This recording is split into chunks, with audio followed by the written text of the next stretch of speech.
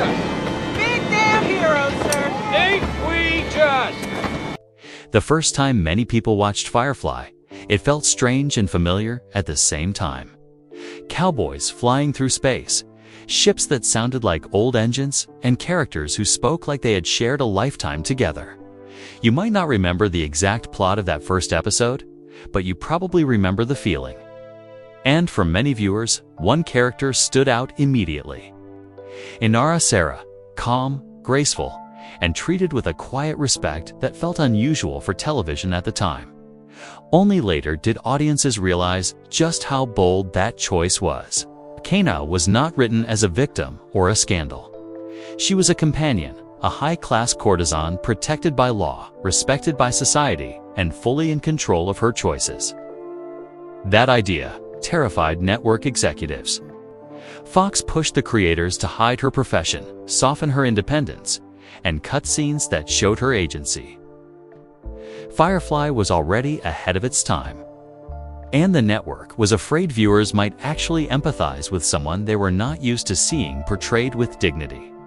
That fear showed up in other ways too. One of the most iconic moments in the entire series was never in the script. When Malcolm Reynolds calmly says, "Big damn heroes, sir," it was a choice made on the spot by Nathan Fillion. The line was short, sarcastic, and perfectly captured Mal's spirit. Joss Whedon knew instantly it was special. That single moment became a symbol for fans, not because it was loud, but because it felt honest. Casting decisions also nearly changed the tone of the show completely. Neil Patrick Harris came very close to playing Simon Tam. He auditioned seriously and impressed the team. But the producers worried audiences would only see Dougie Hauser, not a haunted doctor on the run. The role eventually went to Sean Marr, whose quiet intensity made Simon feel fragile and real. In a similar twist, Inara was originally played by a different actress in the pilot. When Marina Baccarin stepped in, the character finally felt complete, carrying both warmth and distance in a way Firefly needed. Even small details carried meaning. Alliance uniforms were reused from Starship Troopers, giving them an unsettling familiarity that perfectly matched the show's themes of control and authority. Serenity itself was built as a full walkable ship, not just a collection of sets. Actors could move naturally through it, making the ship feel alive. In space scenes, Serenity was often a physical model, not CGI, giving it weight and wear that modern effect struggled to recreate. Perhaps Firefly's greatest enemy wasn't budget or imagination, but scheduling. Fox aired the episodes out of order, refusing to show the original pilot first.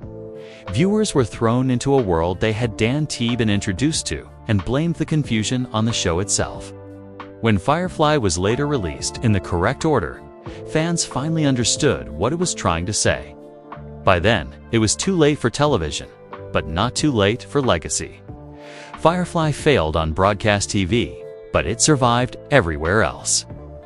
On DVD, at conventions, quoted by fans, and even watched in space aboard the International Space Station. With only 14 episodes, it built a world dense with ideas, loss, freedom, and quiet resistance. It ended before it could become ordinary, and that may be why it never faded. If stories like this matter to you, if you enjoy uncovering what really happened behind iconic shows, then make sure you support the channel. Subscribe to Hollywood Bulletin, like the video, and turn on notifications so you never miss another deep dive into television history.